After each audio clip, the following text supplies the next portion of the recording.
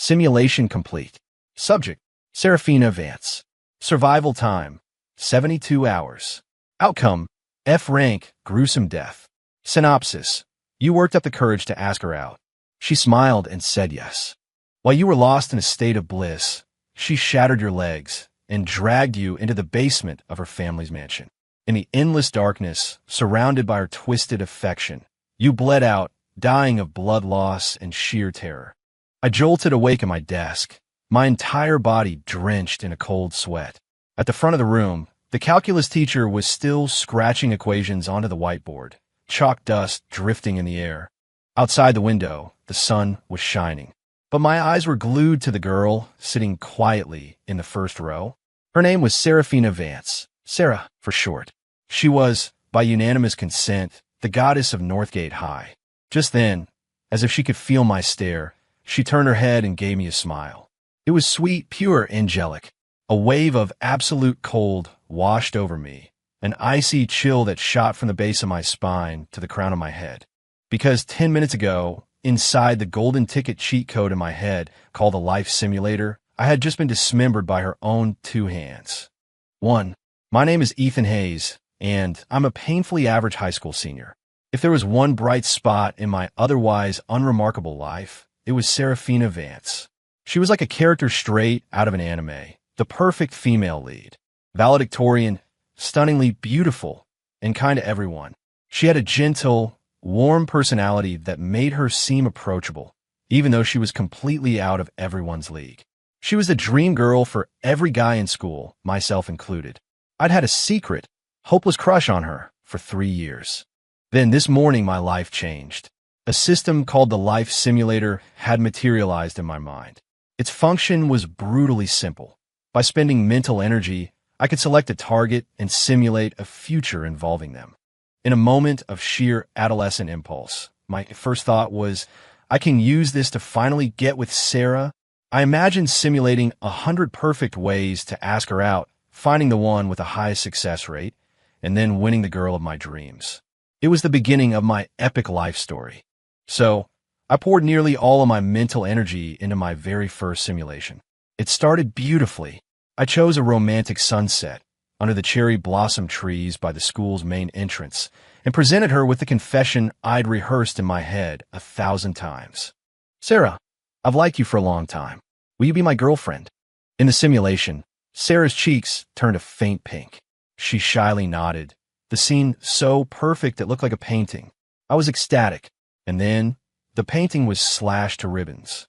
She smiled and said, Ethan, to celebrate us getting together, let me take you somewhere special, okay? Like a fool, I followed her to her family's sprawling mansion in the wealthy suburban hills outside the city. The next thing I knew, I was staring at the synopsis that had plunged me into an icy hell. Legs shattered, dragged into a basement, dying in unimaginable pain and fear. Brrring. The school bell rang, yanking me back from the hellish memory. Students started noisily packing their bags. A few guys nearby were laughing, talking about how beautiful Sarah was and brainstorming ways to ask her out. Listening to them made my stomach churn. Ask her out? With what? Your life? Ethan, what are you spacing out for? Let's go grab lunch, my best friend, Leo Martinez, said, slapping me on the shoulder. I looked up, dazed, just in time to see Sarah walking past my desk. She still had that gentle look on her face. She even nodded at me with a small smile and said softly, See you later, Ethan. Her voice was sweet and melodic, but to me, it sounded like a death knell from the underworld.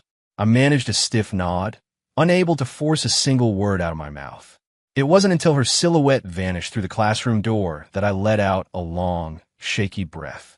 I felt like I'd just been pulled from a lake, my clothes soaked through with cold sweat. Leo stared at me, confused.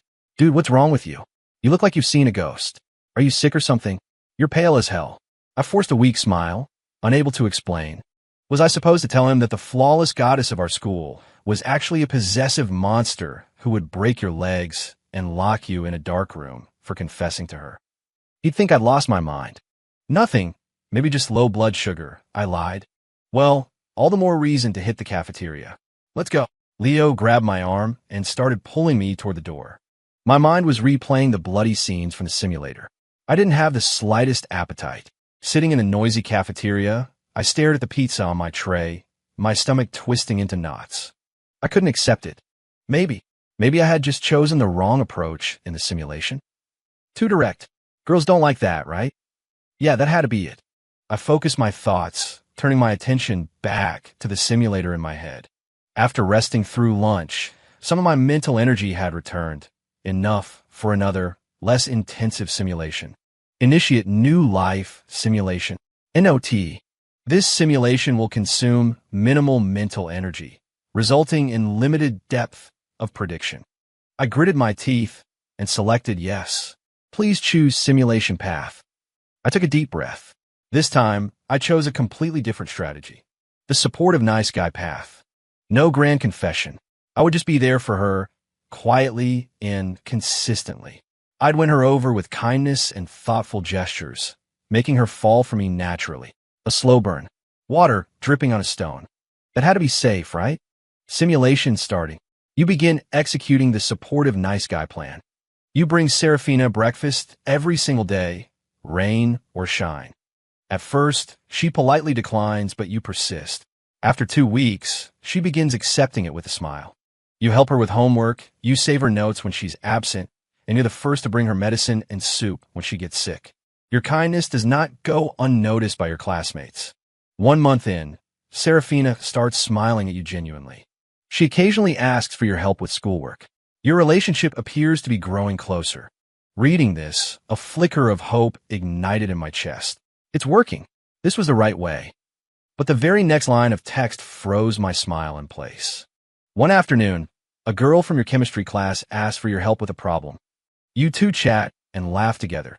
You fail to notice Serafina watching from a distance, her eyes turning cold. That evening, you drink the milk she gives you as a thank you for all your help. You die peacefully in your sleep from cyanide poisoning. Simulation complete. Outcome: F rank untimely demise. Synopsis: her kindness was meant for you and you alone. Chatting happily with another girl was a capital offense. I spat a mouthful of water all over the table, earning disgusted looks from the students around me. Leo jumped back. Jesus, Ita, what the hell is your problem? I ignored him, my hand trembling as I wiped my mouth. I sat there completely thunderstruck. Poison, just because I talked to another girl for a few minutes? This wasn't just some clingy, possessive girlfriend. This was a goddamn demon. I stared at the cold, clinical F-rank outcome in my mind, my hands and feet turning to ice. 2 simulations, 2 different methods of dying, each one more bizarre and efficient than the last. I finally understood the truth.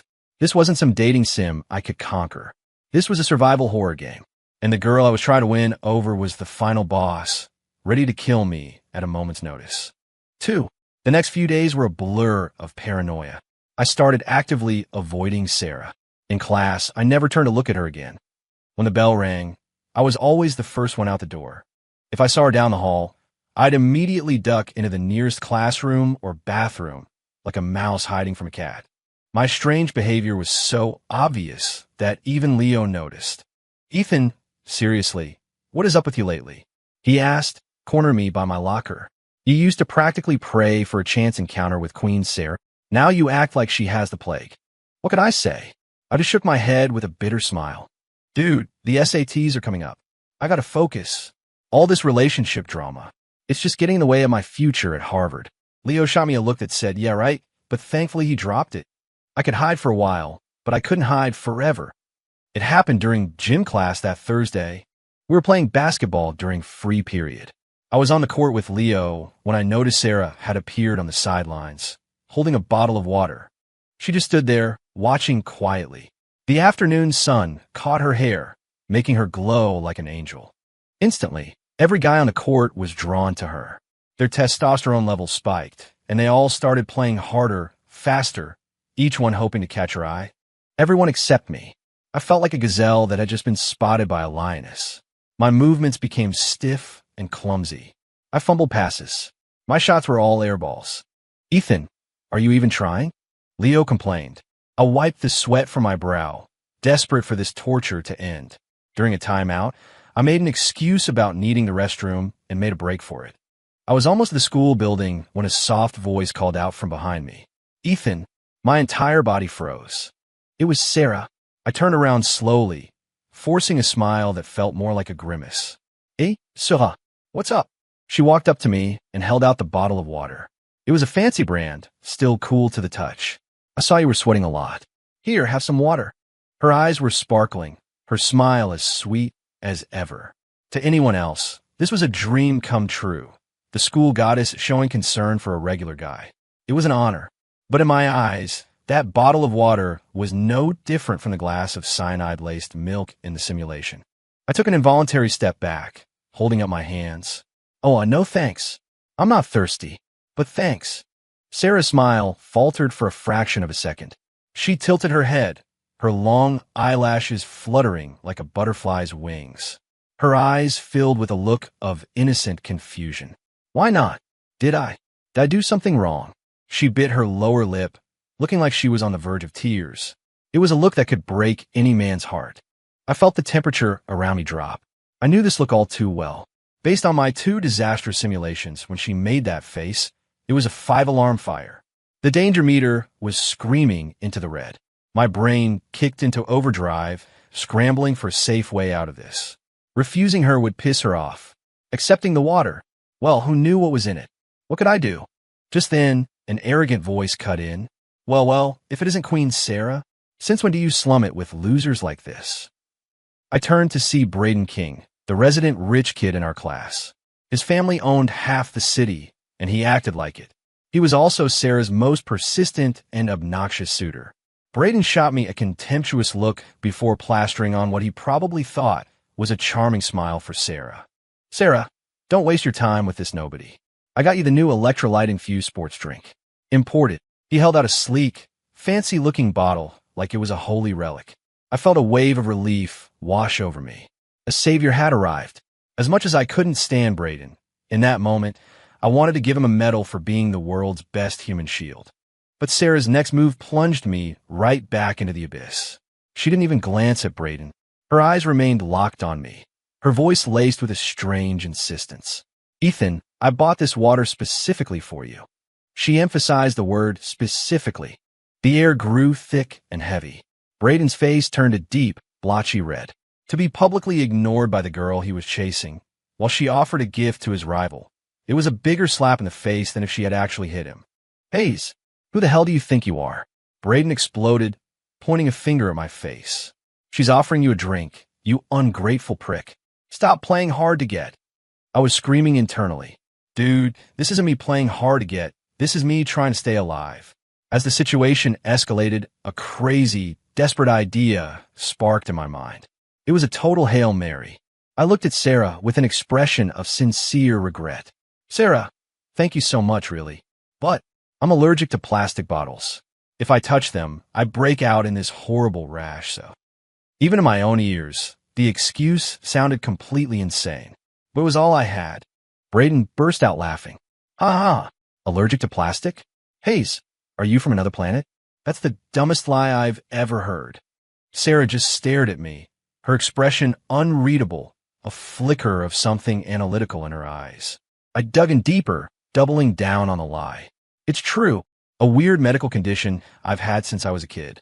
So, I appreciate the thought, really. Without waiting for a response, I turned and bolted. Sorry, my stomach's killing me. Gotta find a bathroom. I took off like an Olympic sprinter, leaving the disaster zone behind me. I didn't stop until I was locked safely inside a bathroom stall, my heart pounding against my ribs like a drum. This was insane. Dealing with Sarah was harder than getting into Harvard. Leaning against the stall door, I gasped for air and started to think about a serious question. Why? Why had Sarah suddenly taken an interest in me? A total nobody. As far as I could remember, we'd barely exchanged a dozen words in 3 years. Could it be that my sudden avoidance of her had actually piqued her interest? Like a cat that becomes obsessed with the one person in the room who isn't paying attention to it? If that was the case, my plan to stay safe had backfired spectacularly. I couldn't let this continue. I had to run a third simulation. But this time, my goal wouldn't be romance. This time, I had only one objective: survival.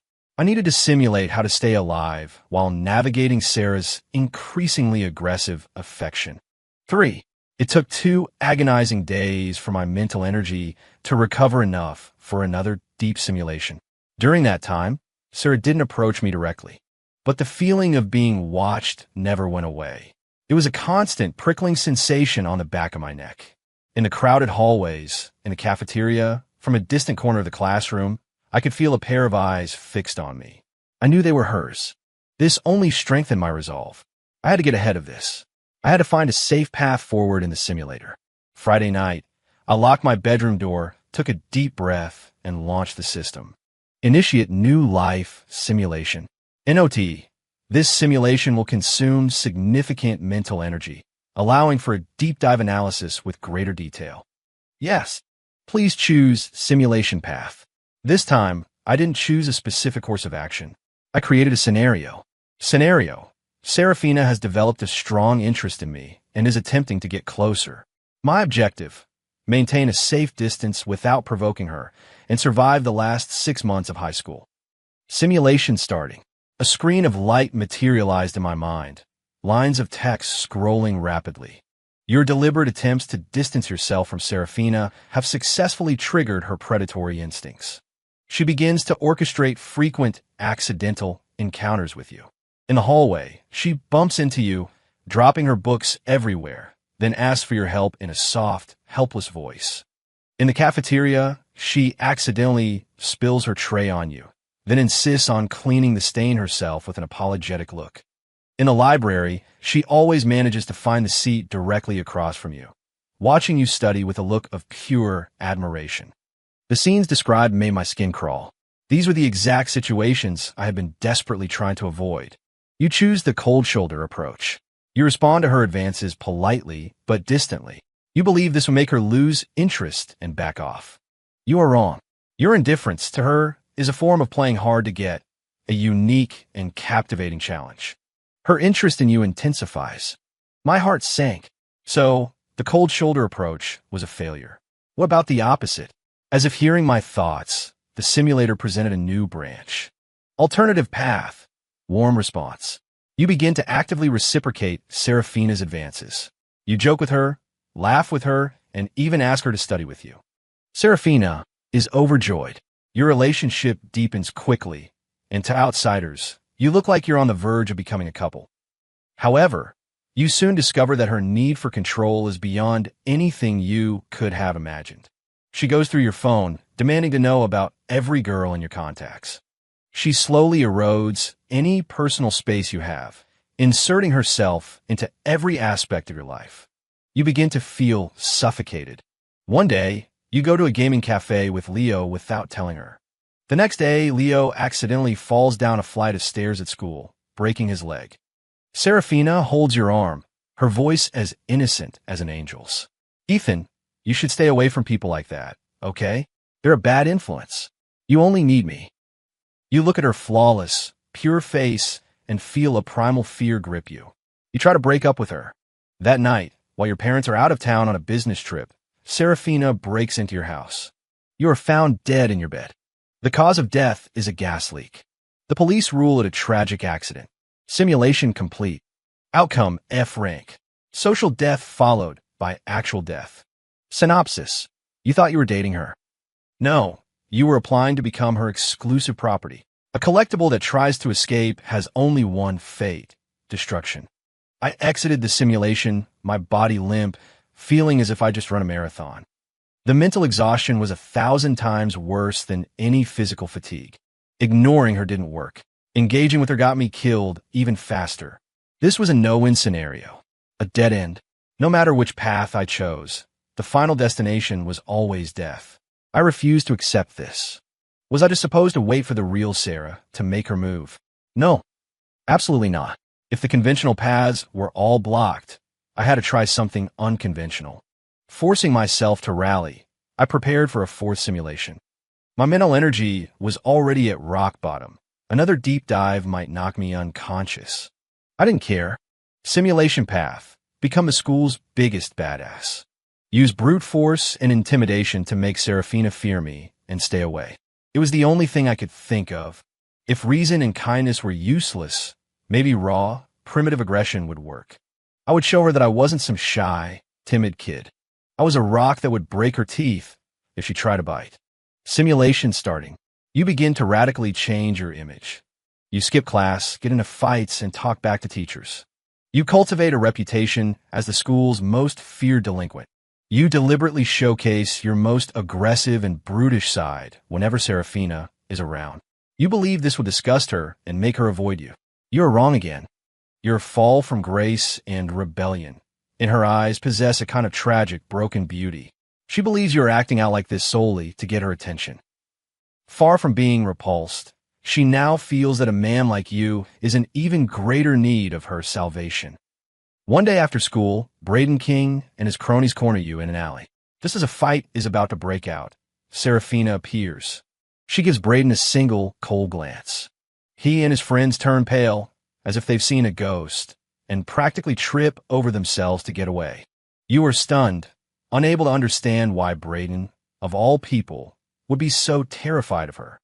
Serafina steps toward you. She gently wipes a speck of dirt from the corner of her mouth, her eyes filled with a mixture of adoration and obsession. She says, "Ethan, please stop this. I know you're hurting. From now on, if anyone tries to hurt you, I'll make them disappear from this world." Her voice is a whisper, but the words send a shiver of pure dread down your spine. You finally realize Braden isn't afraid of her. He's afraid of her family and the immense power they wield. You try to push her away, to escape, but she grabs you, her grip surprisingly strong. She whispers in your ear, her voice like a dreamy murmur. "You can't run away, Ethan. From the moment I first saw you, you were mine. The angel version of you, the demon version of you, they both belong to me." You smell the sweet, cloying scent of chloroform. You lose consciousness. Simulation complete. Outcome. Synopsis. Congratulations, you have unlocked the hidden ending, the caged bird. You will become her most perfect private possession, imprisoned in a place no one will ever find, by her side for all eternity. "No," I screamed, bolting upright in bed, my heart trying to hammer its way out of my chest. Outside, the sky was just beginning to lighten. I had passed out cold after the simulation ended. That final outcome was more terrifying than any death. Imprisoned for eternity. I couldn't even begin to imagine that kind of hell. The kind-hearted nice guy, the aloof genius, the rebellious bad boy. I had tried every persona I could think of, and every single one led to my destruction. I slumped back onto my bed, overwhelmed by a sense of utter despair. Was there truly no way out? And then a thought struck me, a flash of insight in the darkness. All of my simulations had revolved around one central question. How do I react to Serafina? I had been treating her as an uncontrollable variable, a force of nature like a hurricane. All of my efforts were defensive, evasive. But what if? What if I changed my entire approach? What if, instead of thinking about how to avoid her, I started thinking about how to eliminate her? The moment the thought formed, it was like a spark landing in a pile of dry tinder. The hope I thought was long dead roared back to life. That's it. No more defense. No more running. It's time to go on the attack. I'm going to use the simulator to find her weakness, to find the one fatal flaw that I can exploit to bring her down. This isn't a dating game. It's not even a survival game anymore. This is a war, and I'm going to be the one left standing. My eyes, reflecting the dawn, hardened with a resolve I never knew I possessed. 4. I completely overhauled my simulation strategy. I stopped simulating what I should do and started simulating Serafina herself. I needed to know everything about her. Her family background, her upbringing, her thought processes, the logic behind her actions. Know your enemy. It was the only way. My mental energy was a finite resource, and each deep dive felt like it was carving a piece out of my soul. But I had no other choice. Simulation initiated. Target. Serafina Vance's family background. Analysis starting. Serafina Vance is the sole daughter of one of the city's wealthiest and most powerful families. Her father, Julian Vance, is a titan of industry. Her mother is a celebrated artist. As the only daughter of her generation, she was raised like a princess, her every whim catered to, her every desire fulfilled. The Vance family employed an extreme form of protective parenting, removing any and all obstacles from her path. This fostered an extreme possessiveness and a dangerously warped personality. Anything she desires, she must have by any means necessary. Her older brother, Marcus Vance, is a high-ranking deputy chief in the city's police department. He dotes on his younger sister to a fault and has used his authority on multiple occasions to cover up her minor indiscretions. I drew in a sharp breath. No wonder Braden King was terrified of her. No wonder she could make Leo have an accident or make my death look like a gas leak in the simulations. They had connections on both sides of the law. It was a completely different league of power. The pressure I felt was immense, but it was coupled with a strange sense of exhilaration. The more powerful the enemy, the greater the victory. I continued the simulations. Target: Serafina Vance's past history. Analysis starting. In elementary school, Serafina had a very close best friend. When that friend started making other friends and drifted away, she felt betrayed. 3 days later, the friend was the victim of a hit and run by a large truck while walking home from school. The accident left her with severe injuries and permanently disabled. The driver was caught and identified as a drunk driver. He was sentenced to prison. However, traces of the Vance family's influence are present in the handling of the case. In middle school, Serafina developed a crush on a young, charismatic male teacher. That teacher later got engaged. On his wedding day, his fiancée vanished without trace. She was never found. The teacher suffered a complete mental breakdown and was institutionalized. The case was classified as a missing person investigation and eventually went cold, with no evidence pointing to any suspects. One disturbing incident after another. The hidden truths buried beneath years of silence rewrote my entire understanding of Serafina.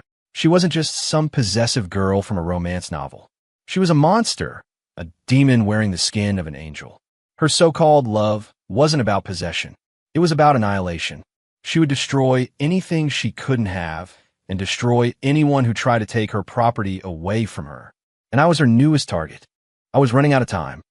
I had to find her vulnerability before she made her move in the real world. I began running a huge number of quick, low-energy simulations, each one focused on a single question. Simulation: what is Serafina's greatest weakness? Result: her extreme emotional paranoia. It is both her greatest weapon and her most fragile point. She cannot tolerate any form of betrayal or imperfection. Simulation: what does she fear most? Result: loss of control. When events unfold in a way she cannot predict or manipulate, she descends into chaos and panic. Simulation: how can I expose her true self? Result: by creating a perfectly orchestrated scenario of betrayal that she cannot control, forcing her to tear off her own mask in a public or undeniable way. The clues began to connect in my mind. A bold, insane plan started to take shape. I was going to set a trap for her. A trap that would make her believe she was in complete control, right up until the moment it snapped shut on her. The risks were astronomical. One wrong move, and I will be finished. But I had to do it, because in the real world, Sarah's offensive had already begun.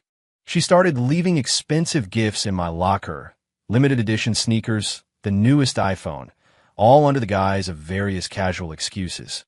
I didn't dare accept them, but I couldn't outright refuse either. I stored them all in a box, planning to return them to her at the right time. She started inserting herself into my daily life. She'd save me a seat in the cafeteria. She'd organize my class notes for me, even offering to do my homework. Her suffocating, all-encompassing kindness made me an outcast in my own classroom. Some were envious, others were jealous. Braden King looked at me with daggers in his eyes. He tried to start trouble with me a few times, but it seemed Sarah had warned him off in some way, and he always backed down. Only I knew the torment I was living in. I was a fly caught in a spider's web. The more I struggled, the tighter the silk threads became, and the beautiful, patient spider was watching from a distance, savoring the hunt. The results of our last practice SATs came out. I bombed it. My score plummeted. It was unavoidable. All my energy was consumed by fending off Sarah and running simulations. My guidance counselor called me in, her disappointment palpable. Sarah came to comfort me afterward. "Ethan, don't feel bad. One test doesn't mean anything, she said, her voice gentle. Hey, why don't I help you study? My house has a huge library. It's really quiet. No one will bother us. There it was. The invitation. Come to my house. It was the starting point for every single one of my death simulations. I looked into her sincere, caring eyes and felt nothing but ice in my veins. This was her final ultimatum. If I said no, she would almost certainly resort to more drastic measures. My plan had to be put into motion. Now, I looked up at her and managed to produce a brilliant, beaming smile. Wow, really? That would be amazing. Thanks so much, Sarah. Sarah's eyes lit up instantly. How about this Saturday? I nodded. Perfect. There are actually a few things I was hoping to ask you about. The arrangement was made. She walked away, practically skipping with joy. Watching her go, I slowly exhaled. The final battle was about to begin. 5. On Saturday, as planned, I arrived at the Vance family mansion. I had visited this place countless times in the simulator. I knew it as well as my own home. I knew which room was her bedroom and which door led to the basement that had served as my prison. I knew which vase held a hidden microphone and which bookshelf concealed a secret passage. I knew that all the household staff had been conveniently given the day off. And I knew that today, this place was going to be my stage. Sarah greeted me at the door, wearing a simple white dress. She looked ethereal, like an angel who had never known a moment of sin. Ethan, you're here. Come on in. I stepped into the grand foyer, feigning awe at the opulent decor. Your house is incredible. Sarah smiled, a hint of pride in her expression. Maybe someday it can be your house too, she said, half joking, half testing. I laughed nervously, playing the part of the flattered, shy boy. She gave me a tour of the mansion, ending in the library. It was a massive room with floor-to-ceiling windows that bathed the space in light. On a large mahogany desk, 2 glasses of iced lemonade were already waiting, sweating in the afternoon warmth. Here, have something to drink, she said, sliding one of the glasses toward me.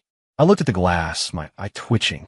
In simulation number 78, I drank this lemonade, passed out, and woke up strapped to a surgical table in the basement. It was laced with a powerful, fast-acting sedative.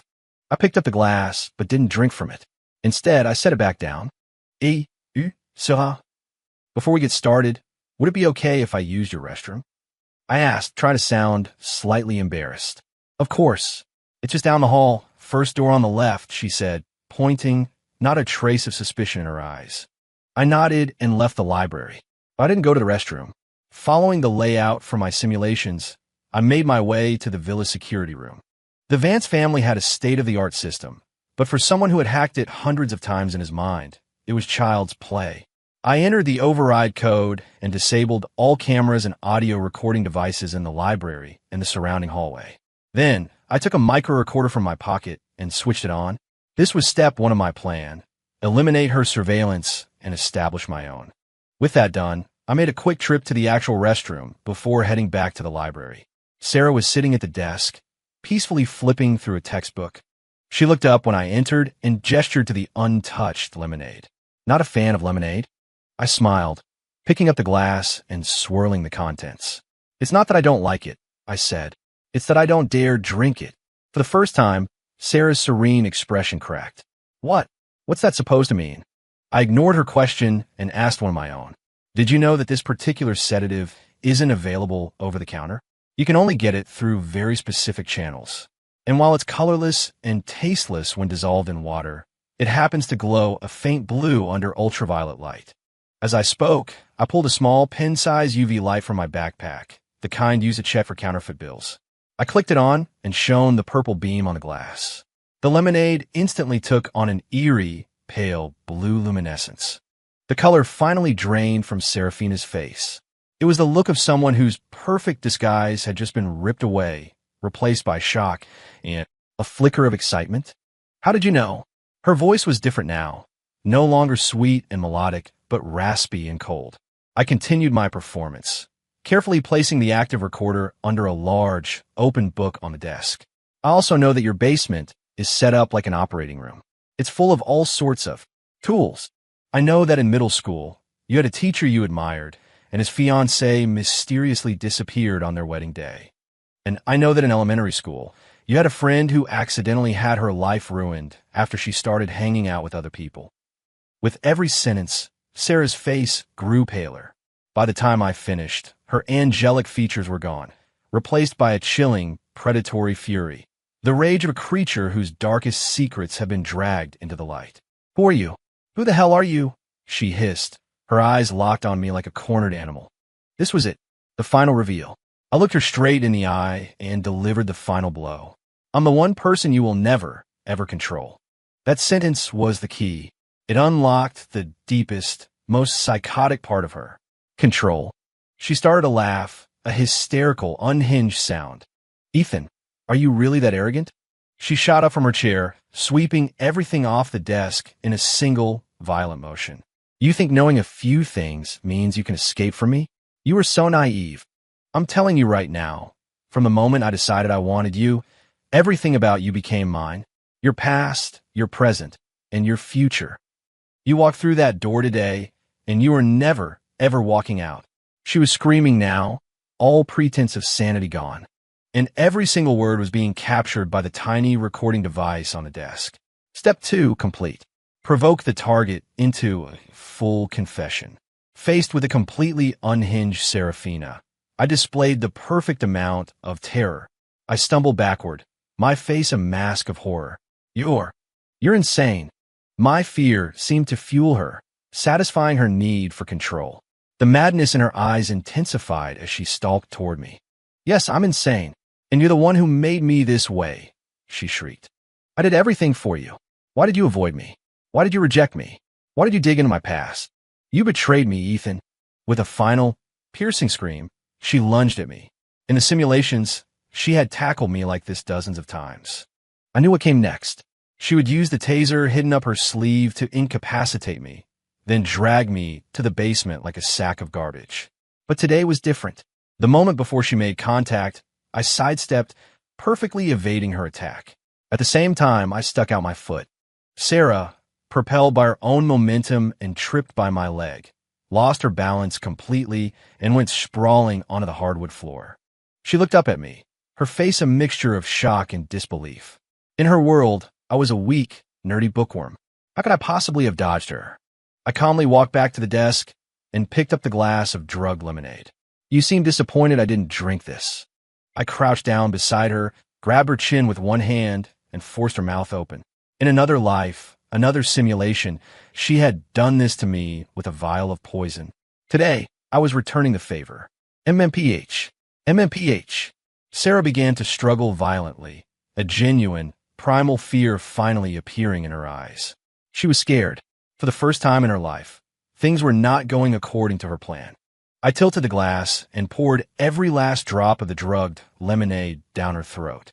"You love putting people to sleep so much," I said, my voice cold. "Why don't you take a nap yourself?" I let her go. She collapsed onto the floor, coughing and gagging, trying to spit the liquid out, but it was too late. The sedative was already working. Her struggles weakened.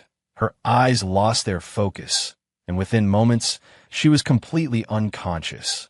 I stood up and wiped my hand on my pants. Step 3 complete. Neutralize the threat. I retrieved the recorder, checked the file. The audio was crystal clear. Then I walked out of the library. I didn't call the police. I knew that with the Vance family's power, even with this recording, getting a conviction would be nearly impossible. They had an army of lawyers who could paint me as a liar, a blackmailer, a fantasist. I wasn't looking for legal justice. I was looking for total annihilation. I wanted to see her dragged down from her ivory tower, to have everything she and her family prided themselves on turn to ash. I went to the living room and picked up Sarah's phone from the coffee table. No password. Another detail gleaned from the simulations. She was so arrogant she never believed anyone would dare touch her things. I opened her contacts and found a family group chat, simply named Vance Family. It included her father Julian, her mother, and her high-ranking police chief brother, Marcus. I sent the audio file directly to the group. But I wasn't done. I opened her Instagram, which had thousands of followers, and posted the audio file as a story, making sure the privacy was set to public. Her followers included every student and teacher at our school, along with the children of every prominent family in the city. I had just dropped a nuclear bomb on Northgate's high society. I imagined the phones at the Vance household were currently melting down. Julian and Marcus Vance were probably having the worst day of their lives. But there was one more piece to my plan. I pulled out my own phone and dialed a number I had discovered in a deep dive simulation, a number I never thought I'd use. The phone rang for a long time before a sharp, wary female voice answered. "Who is this?" "Mrs. King." "Hello," I said calmly. "My name is Ethan Hayes. I'm one of Braden's classmates. I believe I have something you might find very interesting." On the other end of the line was Braden King's mother, a ruthless businesswoman famous for her cutthroat tactics, and Julian Vance's biggest corporate rival. The King and Vance families had been at war for years, each looking for a weakness to exploit. This recording was the sharpest knife I could possibly hand her to finally gut the Vance empire. "What is it?" she asked, her tone impatient. "It's a recording of Serafina Vance personally confessing to several felonies, including aggravated assault and conspiracy to commit kidnapping. I wonder if a scandal of that magnitude might be enough to, say, destabilize a certain competitor's stock price." There was a stunned silence on the other end of the line. When she finally spoke again, her voice was low, filled with a predatory excitement. "Where are you? Give it to me." "I've already sent the file to your corporate email address," I said. "As for me, I'm just a good student trying to get into college. I'd rather not be involved." I hung up the phone. I knew exactly what a woman like Mrs. King would do. She would leverage this scandal with surgical precision, maximizing the damage to her rival. The Vance family was about to be bled dry. I wiped my fingerprint from Sarah's phone, deleted my call history, and walked out of that cold, beautiful mansion as if I had never been there. Outside, the sun was bright. I took a deep breath, feeling a weight lift from my shoulders for the first time in weeks. "Serafina, your game is over. My life is just beginning." 7. I took a lift home from the gated community. On the ride back, my phone was completely silent, but I knew that somewhere out of sight, a hurricane was gathering strength. Sure enough, that night, the internet exploded. The school's unofficial subreddit, gossip pages on Instagram, and every student group chat were on fire. An anonymous user had leaked the recording everywhere. It was the pristine, perfect Serafina Vance, in her own hysterical voice, confessing to how she had driven a teacher to insanity, had a classmate permanently disabled, and was planning to kidnap and torture me. At first, no one believed it. People assumed it was a deep fake, a vicious rumor. Sarah's public image was too perfect. But then, the internet detectives started digging. Old news articles were unearthed. Tragedy strikes Northgate educator on wedding night. Bride missing. Local middle schooler crippled in hit and run. Driver sentenced for DUI. The old stories lined up perfectly with the details in the recording. The tide of public opinion turned in an instant. Holy crap. Is this for real? Sarah Vance is a psychopath. This is terrifying. You really can't judge a book by its cover. Wait, the guy's voice in the recording. Is that Ethan Hayes from her class? No wonder he's been avoiding her like the plague. He was literally running for his life. This is some next-level true crime stuff. My mind is blown. The entire school was in an uproar. In a single night, Serafina Vance went from being the school's dream girl to its most notorious villain.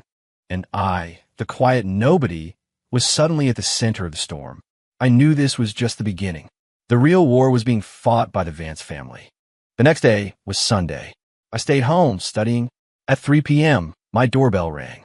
I looked through the peephole and saw two men in sharp, dark suits standing outside my door. They had cold, professional expressions. They were not friendly visitors. I didn't open the door. "Ethan Hayes," one of them said, his voice calm but firm. "We've been sent by Mr. Vance. We'd like to have a word with you." "Mr. Vance." "Julian." They worked fast. "I have nothing to say to you," I said through the door.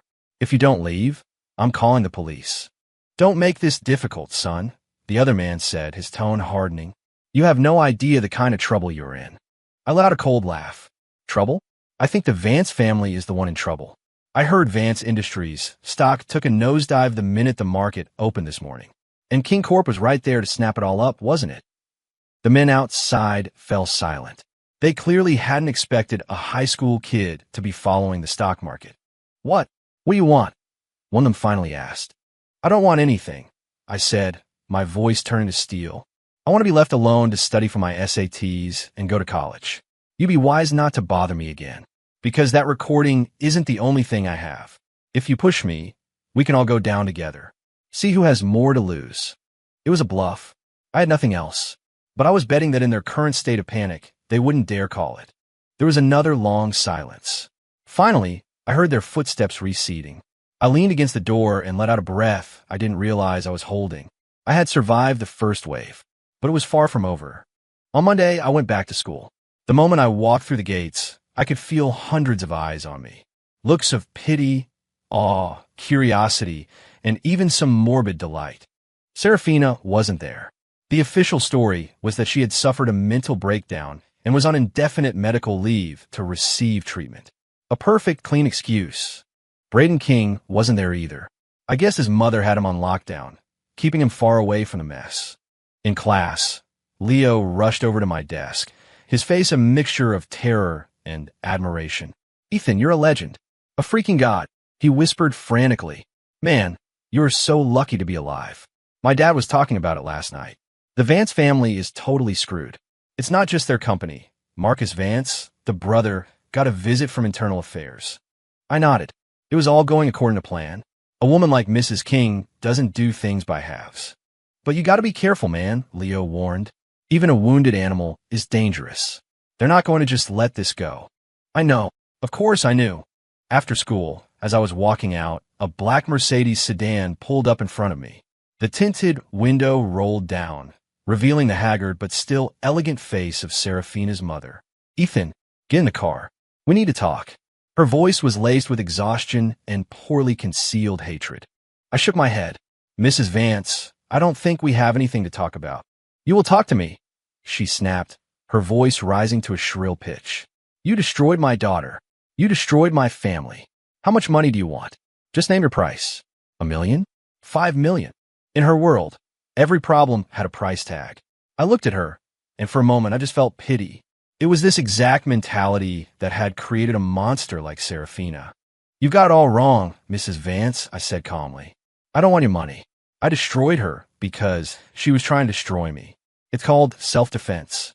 I turned and walked away, her furious curses echoing behind me. I didn't look back. I knew the Vance family's approach had now shifted from bribery and threats to pure, unadulterated revenge. I had to be more careful than ever. I started using the simulator to run threat assessments on my daily life. Simulation: kidnapped by Vance family goons on the way home from school. Simulation: food poisoning from a tampered delivery order. Simulation: a convenient hit-and-run accident on the day of my final exams. Dozens of gruesome death simulations allowed me to preemptively avoid every trap they laid for me in the real world. I became a ghost. I went from school to home and nowhere else. I never ate or drank anything I didn't prepare myself. I treated every intersection like a potential ambush. I was living on a knife's edge, but I was living. The Vance family's attempts to get to me grew more and more desperate, but they could never find an opening.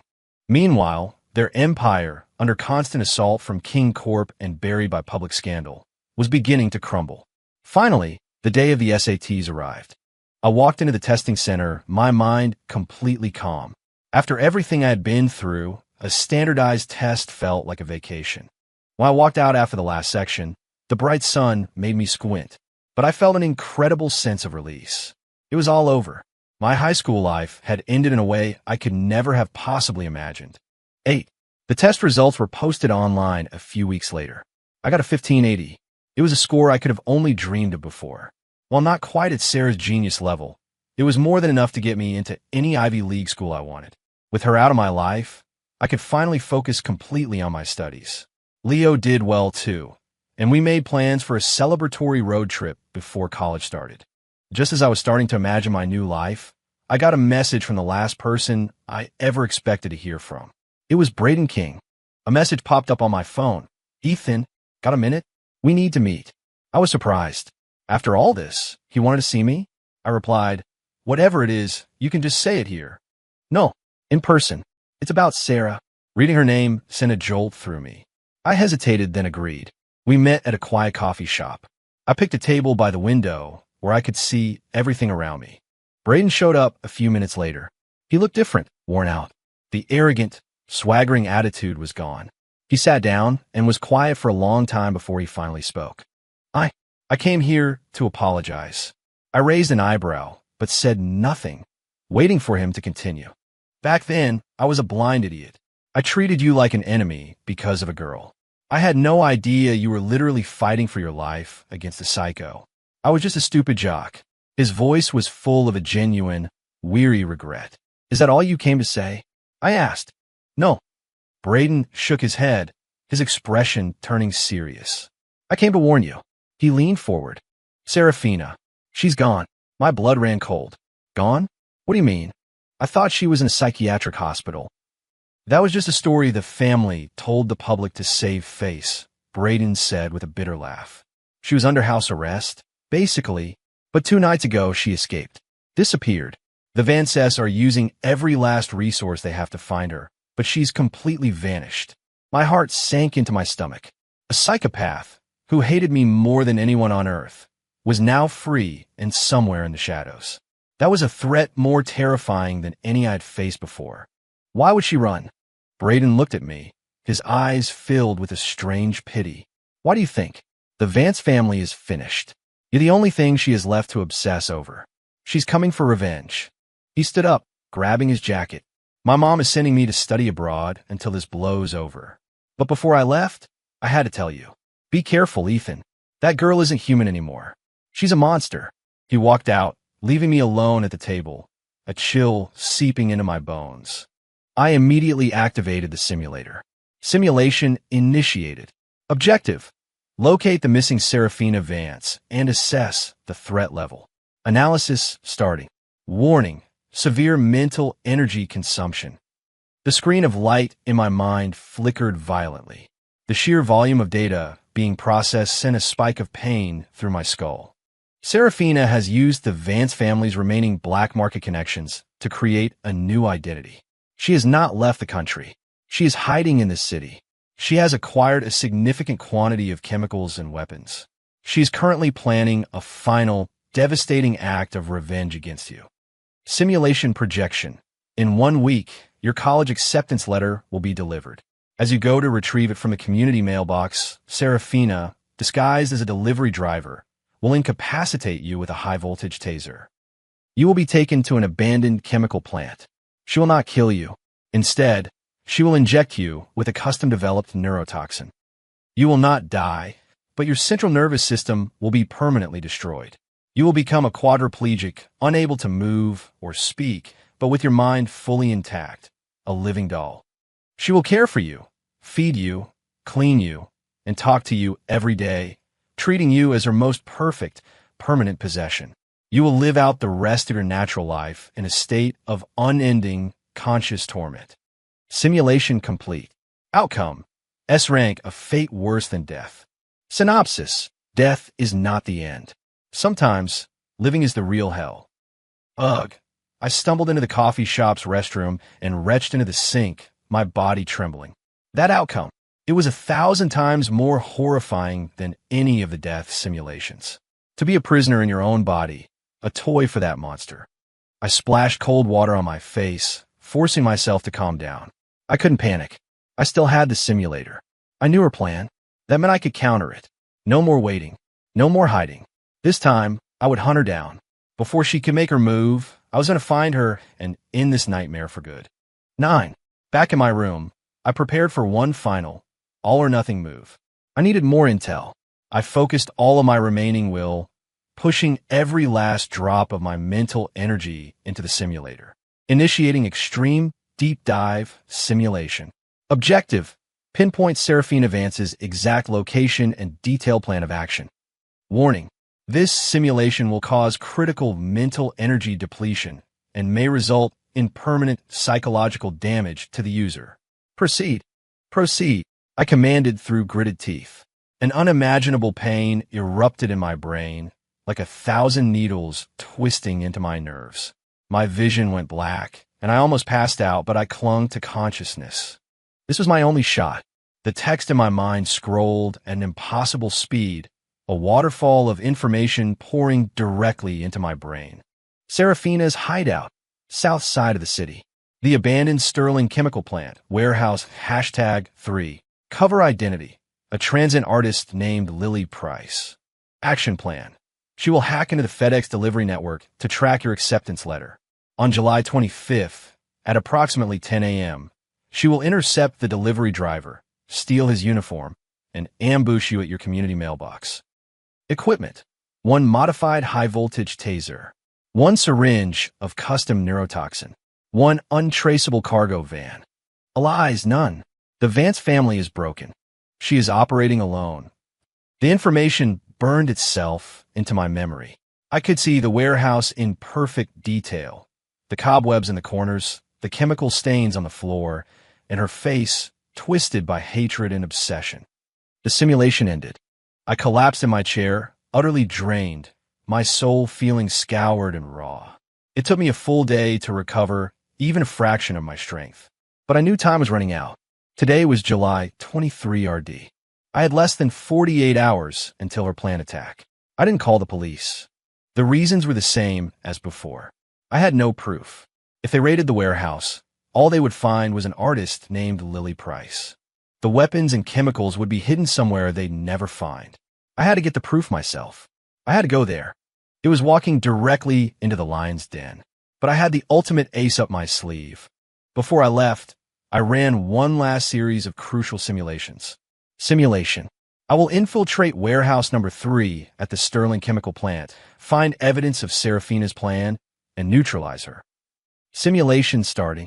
You choose to move in under the cover of darkness.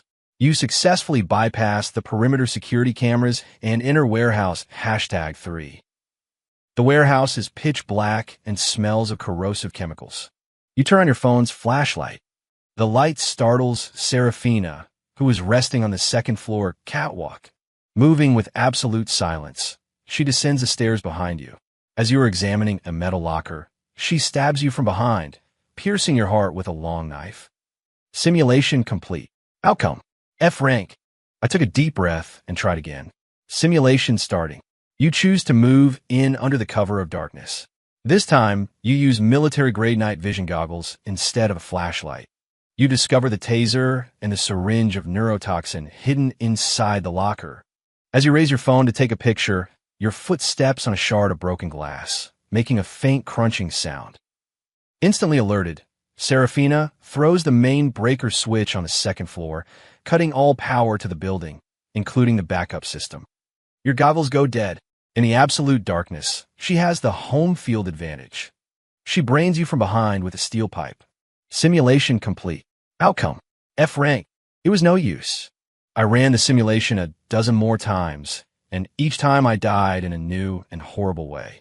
That warehouse was her territory, a death trap she had perfectly prepared. A direct assault was suicide. I stare at the failure screens, my mind racing. If I can't go in, then I have to draw her out. A new plan began to form. 10. July 24 th.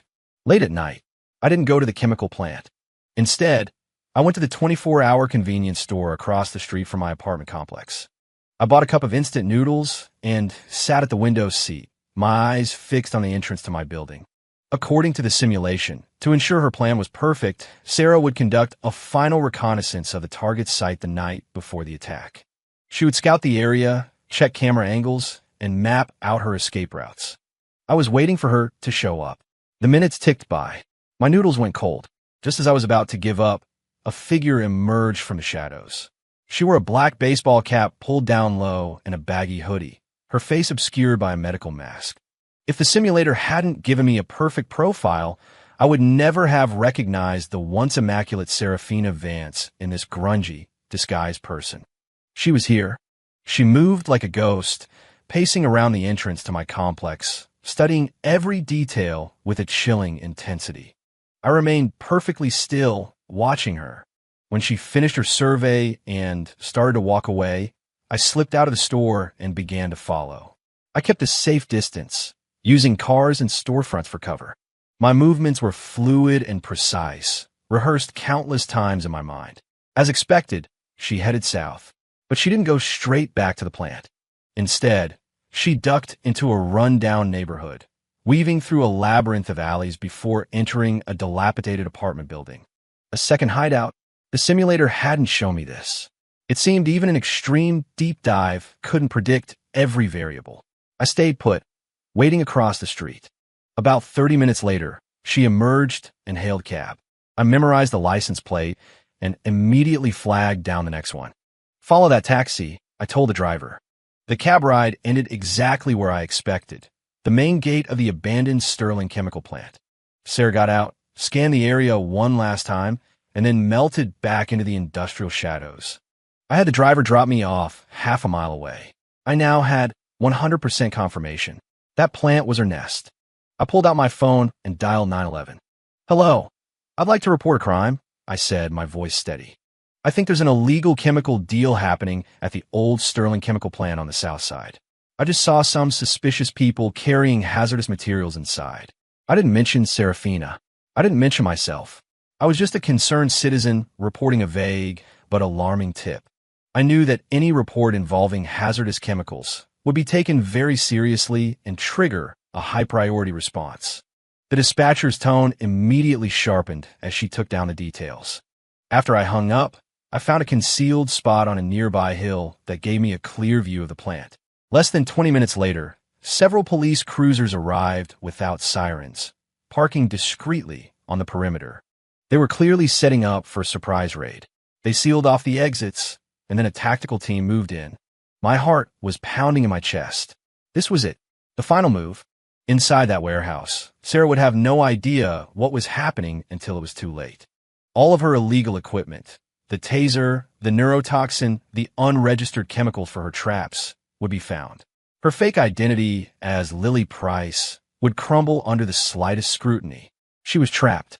This time, there was no escape. 11. A commotion erupted from within the plant. The lights in warehouse number 3 flashed on, followed by the muffled sounds of police shouting and a woman's enraged scream. It was Sarah. A few minutes later, the main doors burst open, and she was dragged out by 2 officers. Her cap and mask were gone, revealing her pale, furious face. Her hair was a mess, and her eyes burned with a look of pure, unadulterated hatred. She was still fighting, still screaming. Let go of me. Do you have any idea who I am?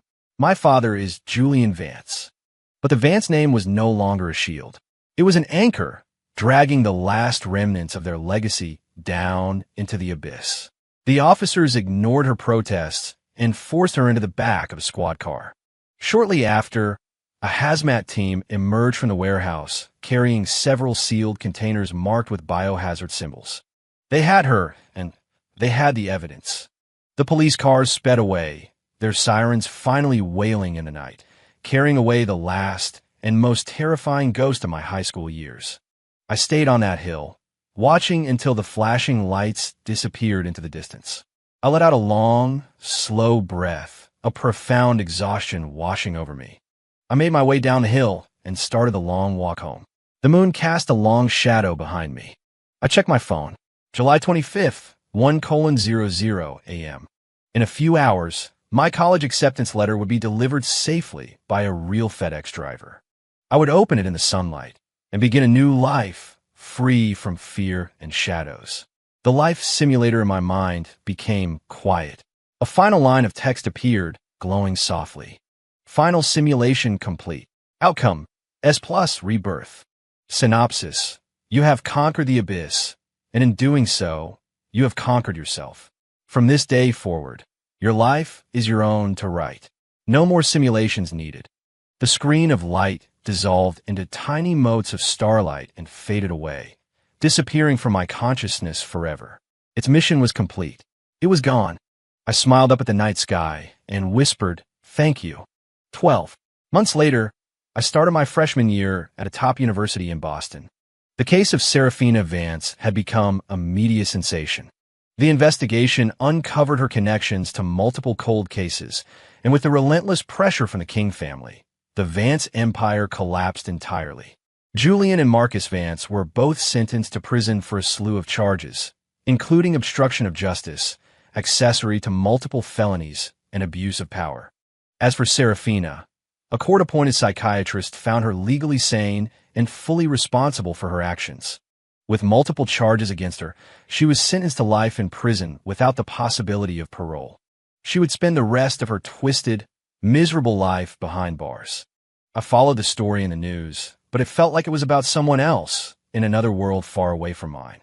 My college life was exciting and, for the first time, beautifully ordinary. I joined a few clubs, made new friends, and had weekly video calls with Leo where we'd trade stories and insults. I was no longer the paranoid, haunted kid living in constant fear. The light had returned to my world. One afternoon, I was studying in a library when a girl with a high ponytail gently tapped me on the shoulder. "Excuse me? My name is Chloe. I'm with the student council," she said with a friendly smile. "We're having a welcome event for freshmen this weekend, and I noticed you're always studying alone. I was wondering if you'd be interested in coming." Her smile was warm and genuine, like the afternoon sun filtering through the library windows. I looked at her, and for a moment I was speechless. Then I smiled back. I stood up and offered her my hand. Chloe, imitan. It's really nice to meet you. As for the event, I paused, looking into her bright, curious eyes, and said, "I was actually wondering if you'd let me take you to a movie instead, just the two of us." A blush crept up Chloe's cheeks, but she nodded bravely. "Okay," she said softly. "I'd like that." Outside the grand library window, the sun was shining, and a gentle breeze rustled the autumn leaves. My life had finally turned to a new page. And this time, I didn't need a simulation to know it was going to be a beautiful story.